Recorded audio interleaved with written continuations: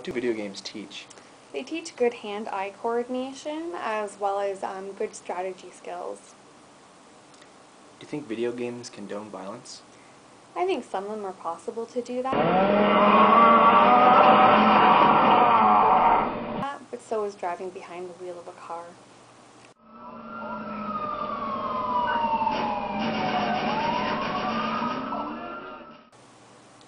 Do you think video game violence should be turned down? There are some games that push the limits, however, to what degree do we need to enforce censorship versus freedom? What the hell?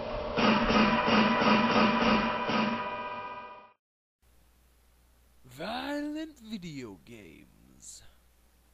Let's go back in time, shall we? 10,000 years ago, primitive man did not have access to video games. But they were also stupid. And when you really think about it, not much has changed. Let us move on. Talk about Bungie, creators of the magnificent game series Halo. Now, these designers of this wonderful game are so in touch with their, I guess, gaming audience. They take ideas from the gamers themselves and put them into a game. It's a movie like experience, except you get to play it. Made by the players, for players. And it's like you can even play movie scenes from different video games. Are an amazingly fun pastime for those who can enjoy it and not get psycho about it.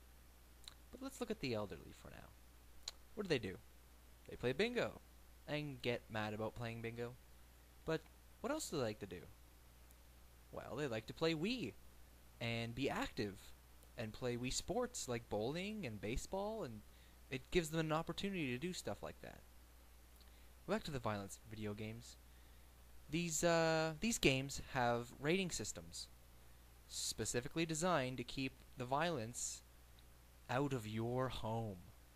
But people, parents, grandparents, maybe, choose to ignore these rating systems and just buy the games anyway for their 12, 10-year-old kids, and it's bullshit.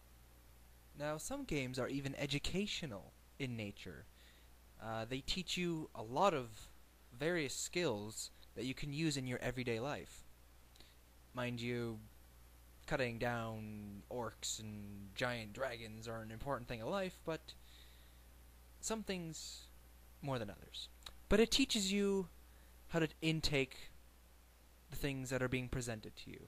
Just be careful. Don't overthink it, and don't be an idiot.